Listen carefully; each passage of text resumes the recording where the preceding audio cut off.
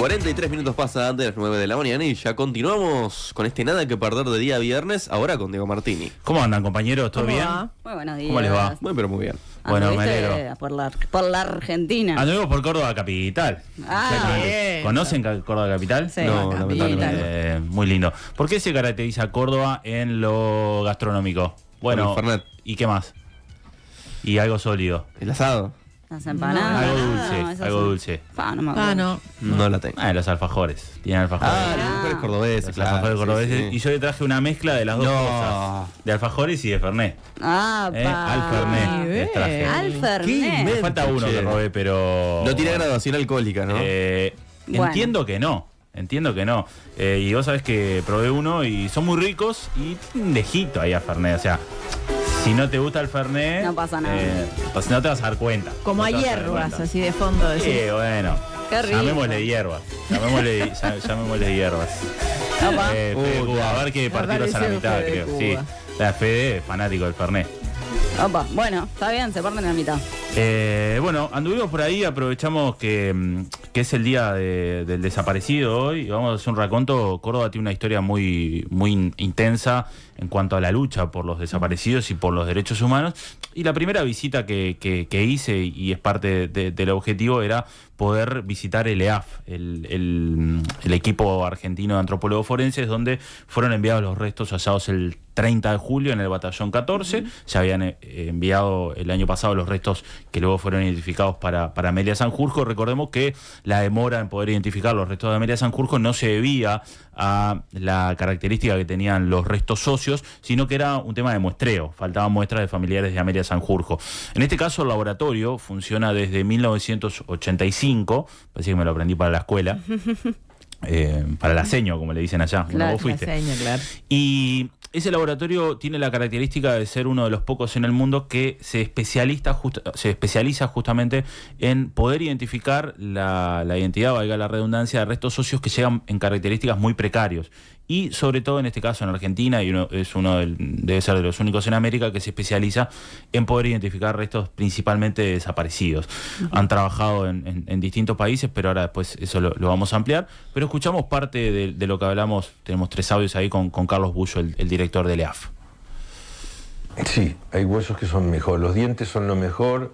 Los huesos del oído, que se llama la porción petrosa, es muy buena. Eso es en cráneo. Y postcraneal yo te diría que fémur, tibia, son muy buenos. Pero en algunos casos costillas andan bien, pero hay los huesos esponjosos como el coxal, toda la parte de la cadera, no son los mejores. Ahora, si el resto es reciente, cualquiera anda bien. Claro. El problema es cuando se trata de huesos muy viejos. Bien.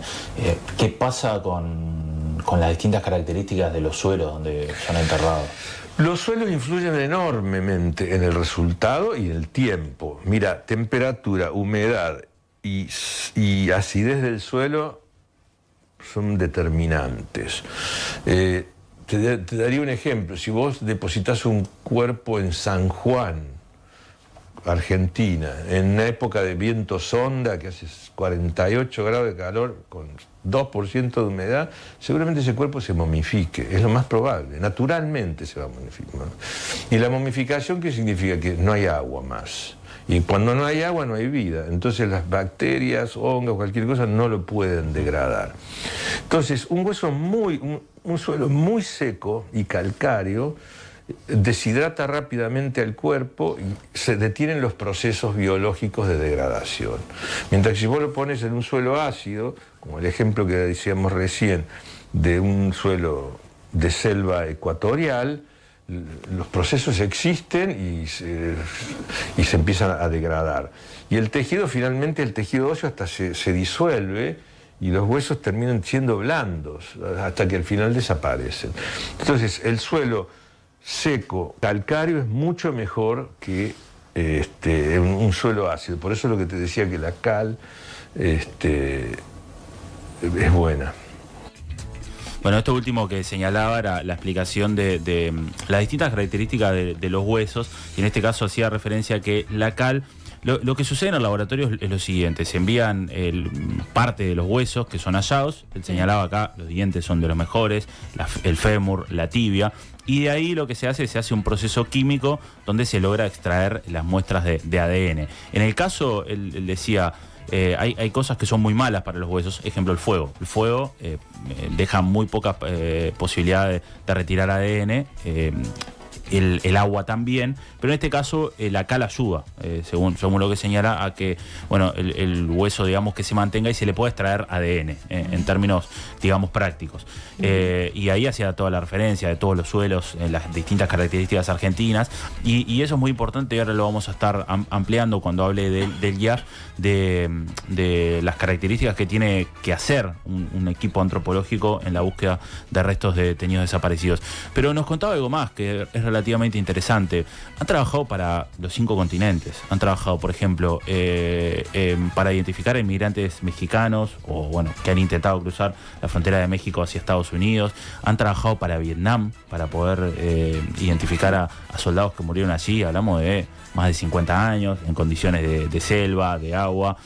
Han podido llegar a identificar incluso algunos cuerpos hallados en Argentina en el río. Han trabajado también en Sudáfrica, en el apartheid. Han trabajado en la guerra civil española. Escuchemos cómo lo contaba Carlos Bullo. ¿Qué valor le dan desde el equipo a saber que están buscando la verdad, que hay muchas personas que esperan poder identificar a sus familiares? Bueno, mira, es una motivación muy fuerte y que en general se ha transmitido a la gente nueva. Nosotros tenemos un laboratorio de 10 personas, es chico realmente, de las cuales 8 son técnicos, bioquímicos, 2 están en el área administrativa. Pero yo siempre en lo general traté, y yo creo que la gente también lo ha absorbido, a esto de estar trabajando por una causa importante, muy importante, que es devolver un cuerpo a una familia, ¿no? De hecho, hemos trabajado en muchísimos proyectos, no solamente en casos de lesa. Hemos identificado a los soldados de Malvinas, hemos identificado un montón de migrantes desaparecidos en la frontera mexicano-norteamericana, hemos trabajado en víctimas del apartheid de Sudáfrica, hemos trabajado sobre muchos casos. Ya estamos un poco acostumbrados a lo que pasa al cirujano, ¿viste? Si el cirujano no pierde el estrés de la primera cirugía, se moriría de un infarto al año. Estamos habituados a eso, nos da mucha alegría encontrar un match, porque no se encuentra todos los días. Sí, además que haya un proyecto nuevo en el cual te dicen, mira, acá hay una cantidad de restos, acá hay una cantidad de familiares, es un caso semicerrado, entonces ahí sí sabes que va a haber una cantidad de coincidencias. Pero, por ejemplo, en Argentina va quedando cada vez menos, porque, bueno, hay pocos restos para obtener. Bueno, ahí contaba un poco el proceso y obviamente el impacto que tiene para ellos saber que socialmente lo que están haciendo históricamente es parte de devolverle el cuerpo a una familia que lo está buscando. Ahí señalaba que para ellos también tuvo un peso muy importante el hecho de trabajar en Malvinas, de poder identificar soldados argentinos. Y acá también hay una diferencia. Nosotros estamos acostumbrados a que los restos en Uruguay se encuentren en fosas únicas, pero cuando son fosas comunes donde están todos los huesos mezclados es muy difícil. Y ahora vamos a meternos... En España pasó mucho. En España pasó. Vamos a meternos en el trabajo del IAF, y él destaca mucho el trabajo del IAF porque digamos que hay 2 tipos de muestras que son las dubitadas y las muestras de referencia. Las muestras dubitadas es, por ejemplo, lo que se hizo en Uruguay, que se encontraron restos y se hizo todo un trabajo de contexto. ¿Se acuerdan que Alicia Luciardo nos contaba cómo estaba el cuerpo, en qué orientación de los puntos cardinales estaba, en qué características estaba, rango etario, sexo y distintas situaciones más? Obviamente se deben manejar posibilidades cercanas a, bueno, si son hombres entre 43 y 57 años se achica mucho más el margen, si son hombres que pasaron por la tablada también, y eso hace que ellos después las coincidencias las puedan analizar con determinados vínculos familiares. Pero es muy importante el trabajo que hace el IAF porque a ellos les adelanta muchísimo. Claro. Ellos también pueden llegar a hacer ese trabajo de contexto, pero en este caso... No deja tan abiertas todas las posibilidades. Y en este caso destaca mucho el trabajo que ha hecho el equipo de Uruguay, y así lo relata. ¿Cómo evalúan el trabajo que ha realizado Uruguay, sobre todo el IAF? Muy bien, el IAF, nosotros tenemos alto concepto del IAF. ha organizado muy bien las cosas, interactuamos permanentemente y bueno, y es importante, porque como te dije, es multidisciplinaria la tarea de identificación, de modo que el IAF que tenga un trabajo de campo, de antropología, de arqueología, esté en contacto con familiares, recolectando muestras de referencia de familiares, es fundamental. Nosotros no podemos hacer nada si no hay alguien en Uruguay que lidere el proceso, ¿no? Incluso las autoridades, me imagino que también cooperando, ayudan para que el IAF pueda llegar a rincones del Uruguay donde tal vez hay un familiar lejos. En Paraguay nos pasó también que llegar al Gran Chaco había familiares que estaban muy lejos, no estaban en Asunción necesariamente, ¿no? Pero bueno, siempre creemos que el desarrollo de capacidades locales son fundamentales y el equipo dicta muchísimos cursos para generar capacidades locales. El objetivo no es que todo lo hagamos nosotros, el objetivo es poder resolver, pero también comunicar, enseñar y generar capacidad local. A ustedes les adelanta mucho trabajo todo el contexto. Por ejemplo, ahora en Uruguay, cuando o las veces que se han encontrado restos, con el pasar de los días nos dan más información de contexto, cómo estaba, qué había. Bueno, en algunos casos se ha podido determinar el sexo también, la altura. Claro, por supuesto. Eso, a ver, si a mí me dicen, nosotros tenemos dos bases de datos. Una familia que busca un varón. No tiene sentido que yo lo compare con esqueletos que son femeninos, porque en genética también, además, podés sexar el individuo. Además de antropología, pero si es un resto, es un pedazo de fémur, nadie te va a poder decir, o no sé, una falange, nadie te va a poder decir con certeza el sexo de ese individuo. Pero en genética también puedes saber el sexo. Entonces eso también da información, si no hay. Pero un caso de un esqueleto entero en el cual el antropólogo es capaz de establecer el sexo, nos dicen es masculino, y bueno, comparamos primero con la base de datos de familiares que buscan un masculino desaparecido. Bien, una base de datos de más de 15.000 familiares vinculados a detenidos desaparecidos, o sea, una base de datos muy, muy ampliada, que se sigue ampliando y ellos siguen llamando a que, y Argentina lo hace mucho eso, sí, ¿no? Porque Argentina, recordemos, es el país que en materia de golpe de Estado, de dictadura, tiene el récord de desaparecidos. Chile tiene el récord de asesinados y Uruguay el récord, esto per cápita obviamente, de presos políticos. Sí. Y Argentina ha luchado mucho por la búsqueda de desaparecidos y por la búsqueda de la identidad también, porque hay desaparecidos que están vivos, pero que tenían otra identidad. Más de 15.000 muestras entonces tienen para poder identificar de Argentina, de Chile, de Paraguay y de Uruguay, del Cono Sur, porque el Cono Sur trabajó también organizadamente para poder desaparecer a personas. Seguimos con este Día del Desaparecido y aproveché y me fui hasta el Museo de la Memoria de Córdoba, que si no lo conocen es muy lindo, está en el centro. Allí funcionaba el ex D2, un centro de clandestino de la policía. Primero no era clandestino, pero después pasó a ser un centro de detención clandestina, justamente, tortura, arresto, exterminio, donde me encontré con unos presos políticos, y los presos políticos que estaban ahí me hablaron de Uruguay y de los Tupamaros, y esto me decían. Yo estuve preso en la UP1, primero fui secuestrado, nos trajeron todos secuestrados acá nos torturaron, ¿viste? Para saber, bueno, sacar la mayor cantidad de datos de los compañeros, de la organización, de un montón de las actividades que desarrollaba, porque el Partido Revolucionario de los Trabajadores no solamente tenía, nosotros los tomábamos como frente, los frentes fabriles, los frentes culturales, los frentes de la educación, los frentes universitarios, ¿me entendés? E incluso nosotros, toda esta organización compañeros participaron y fueron prácticamente fundadores también de nuestra organización, como compañeros del MIR, compañeros Tupamaros de Uruguay. Entonces se armó una coordinadora, incluso latinoamericana, una coordinadora revolucionaria a nivel latinoamericano. Y nosotros en la UP1 convivimos con compañeros Tupa, como el de Armida, el gallego de Armida, más conocido. Y bueno, estuvimos acá hasta el 24 de marzo, que se dio el golpe de Estado. Ese fue el más sangriento y donde el proyecto de ellos era la eliminación de todo, o sea, de todas las organizaciones y la eliminación de todo lo que fuera oposición, porque por ahí se tergiversa la historia de lucha nuestra, porque se habla de presos políticos como si hubieran sido de las organizaciones. No, eran delegados, todo lo que fuera oposición al sistema capitalista caían de a parva, iban a las fábricas y arrasaban con todos los cuerpos de delegados, ¿viste? Entonces eran secuestrados, torturados, todo ese tipo de cosas, ¿viste? ¿Muchos desaparecidos?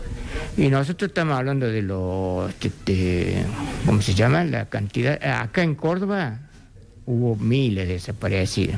En Argentina, y sobre todo en Córdoba, no debe haber habido un ciudadano, una familia que no haya sido tocado por la dictadura. Secuestrado, perseguido. De los compañeros del peronismo, fueron radicales. Acá tenemos incluso los primeros abogados que a nosotros nos hacían los habeas corpus, eran los mismos abogados que eran gremiales. Y pasaron a ser abogados de lesa humanidad, o sea, nos empezaban a hacer las denuncias de nosotros, ¿viste? Que eran compañeros radicales, compañeros del peronismo, había compañeros, ¿viste? Incluso abogados que simpatizaban con las organizaciones, ¿viste? Que de ese momento, ¿viste? Bueno, hablan de la organización latinoamericana que tenían, del vínculo que tenían con los Tupamaros, mencionan ahí al gallego Hermida, y incluso hasta me encontré con una historia de una imprenta que fue creada armada por Tupamaros, me decían, porque eran muy buenos albaniles, eran especialistas en eso. En el museo también pude contactarme con Gerardo Batistón, que es abogado de la Secretaría de Derechos Humanos. Y Batistón tiene un rol muy interesante, que es el de ir a buscar testigos, sobre todo testigos de La Rioja, San Luis, para que puedan testificar en causas vinculadas a las violaciones de lesa humanidad.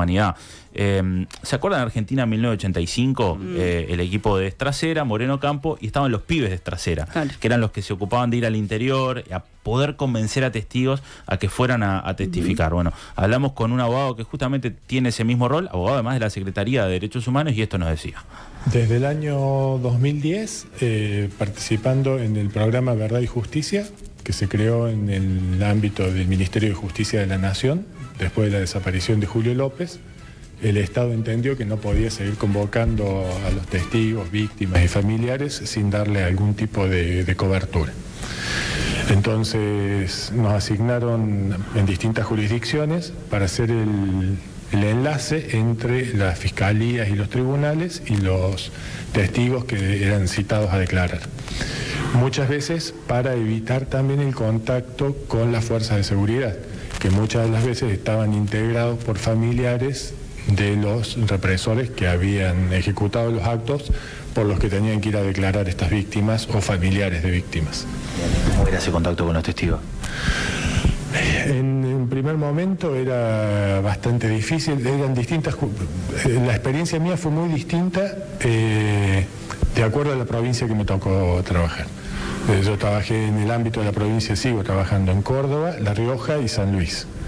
En Córdoba, todos los grupos de familiares expresos estaban muy organizados, entonces siempre habían sido contenidos. En La Rioja había un grupo, hay todavía un grupo de expresos muy fuerte, que actúan fundamentalmente en La Rioja capital y en Chilecito, pero en el resto de la provincia la gente estaba bastante desamparada, con miedo.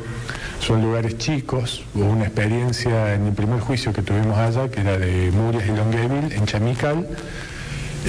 Todos sabían lo que había pasado, pero nadie quería hablar porque uno de los principales imputados estaba en libertad. Una de las acciones del programa fue presentar un informe al tribunal exponiendo esto, de que los testigos sentían temor de declarar porque uno de los imputados estaba en libertad, y antes de comenzar el juicio se le dictó la prisión preventiva y ahí empezaron a declarar sin temor, y después, bueno, pedían ir a declarar directamente. ¿Los testigos habitualmente qué pruebas o qué elementos aportaban? ¿Cuáles eran los testimonios? Y depende mucho el tipo de testigo. Había testigos víctimas que por supuesto declararon desde su militancia previa, si la tuvieron, o sus actividades. Desde el secuestro, las torturas, los pasos por distintos penales, quiénes fueron los que los torturaron en cada lugar. Y después estaban los familiares, compañeros de militancia, y después había testigos que eran funcionarios o profesionales que por una u otra razón habían tenido contacto con lo que había pasado. Pero también estás trabajando con desaparecidos y en la posibilidad de ubicar familiares. Sí, dentro del marco de la iniciativa latinoamericana, la Secretaría tiene una función que es localizar a los familiares de los desaparecidos para completar el banco de datos genéticos, para poder cotejar cada resto que aparece con las muestras. Porque hay muchos todavía que, aunque parezca mentira, no han dejado las muestras genéticas. Hacer una pequeña divulgación, Diego. Déjale. Comenta la gente por acá, y es verdad, estamos con una pequeña cuestión técnica, pedirle disculpas a la gente.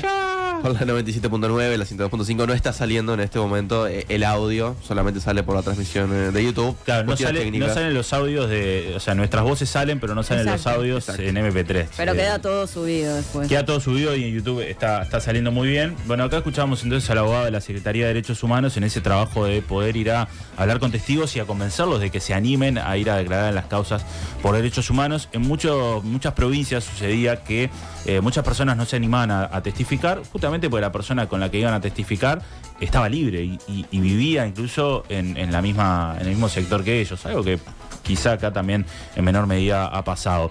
Estamos viendo imágenes y por ahí también anduvimos justamente lo decíamos ahora, por el Museo de la Memoria, y hablamos con la directora del Museo de la Memoria, algo que no vamos a pasar justamente por esto de que no se está escuchando, después quizá lo compartimos, pero hacía referencia y cuando estaba yo, y eso es muy distinto a lo que pasa acá, probablemente tenga que ver con que el Museo de la Memoria de Córdoba está en pleno centro de Córdoba, pero estaba lleno el museo y estaba lleno de estudiantes sobre todo. Acá para los estudiantes no es tanto excusa porque probablemente en paseos educativos se los pueda llevar. Pero si además generó problema con algunos liceos que se les quisiera llevar al MUME.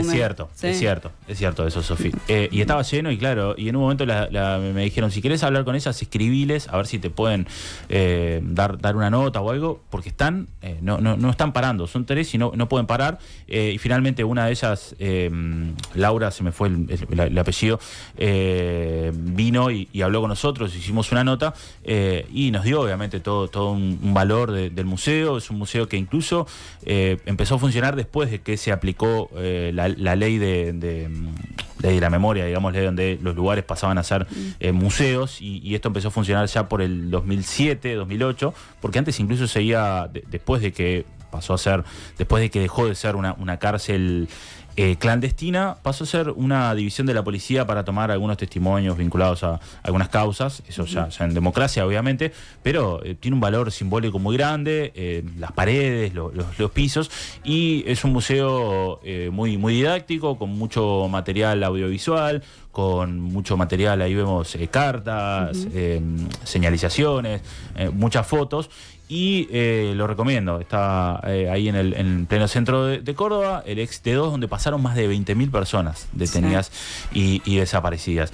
Sí, Córdoba que como decías, es una provincia con una fuerte historia, ¿no? Yo ahora recordaba el Cordobazo, claro, del 69, varios años antes de la dictadura, ¿no? Que arranca en el 76, lo que fue la lucha contra la dictadura, y pensar lo que es la evolución de las cosas, porque lamentablemente Milei arrasó en Córdoba en las elecciones, ¿no? Sí. Eso fue brutal, creo que fue la provincia donde votó mejor. Sí, y de hecho, qué lástima, no podemos pasar el último audio que hablé justamente porque el día miércoles se dio la manifestación de jubilados. Claro. Y en Córdoba también se dio la manifestación de jubilados y hablé con ellos y obviamente en Córdoba no hubo represión porque eran menos, pero sí en Buenos Aires. Sí en Buenos Aires y nos dieron un batallazo de obviamente lo que están sufriendo y hablaban de una política de recorte que también viene por ellos. Recordemos que esto es ante un inminente veto de Milei por una ley que viene a compensar parte del salario perdido por los jubilados, algo que se va a vetar, y hablábamos del salario de una suba de 18.000 pesos, que son, creo que son 800 pesos, son 800 pesos más o menos, 700 pesos uruguayos. O sea, por eso se dio toda esa protesta. Y de paso también hablé con un sindicalista muy reconocido, histórico sindicalista de Córdoba, Pepe Pien, que es de la CGT, es un histórico sindicalista de la CGT, de la Central de Trabajadores, y también nos hacía referencia a una mirada crítica de que nosotros fuimos parte de esto y obviamente contra esto también tenemos que ir, porque esto fue parte de un voto de la ciudadanía en el que nosotros no supimos influir, contando nuestra historia, contando todo lo que habíamos ganado, también todo lo que habíamos perdido, y es parte de nosotros poder seguir luchando para que no se pierdan derechos que se están perdiendo, y él señala no solo los derechos en diversas causas sociales, sino diversos derechos laborales. Me decía, él es sindicalista de la CGT por la CEN, que es el Sindicato de los Trabajadores Públicos. Dice, nosotros habíamos logrado una estabilidad y un reconocimiento que eso se viene perdiendo. Y bueno, nos decía que la situación está bastante complicada, sobre todo también en materia de pobreza. Hablamos de un país que tiene 50% de pobreza, una inflación muy grande, y por lo menos esas dos personas con las que hablé hicieron sentir su malestar. Sí, no, y recordar, Diego, volviendo al tema de la memoria, que dimos el 15 de agosto la noticia de que Milei desmanteló la Comisión Nacional por el Derecho a la Identidad. Claro, es una visión de Villarruel, de la vicepresidenta negacionista, claro. La visita a Astiz, al penal, exacto, de Seiza. A represores de la dictadura que están presos políticos para que puedan cumplir su pena de forma domiciliaria, todas situaciones que se vienen dando, y en esta recorrida en Córdoba todo eso lo noté. Bueno, así que lamento que no hayan podido. Sí, fue fructífero, lamento que no hayan podido escuchar los audios. Igual para todos los que hayan podido poner a YouTube, después sí lo van a encontrar allí. Y después me cuentan de Alfernet, a ver qué les pareció. De confort negro, relleno de dulce de leche y Fernet. Muy bien. Muchas gracias, Diego. Gracias a ustedes. En Nada que Perder, hacemos todo por informar.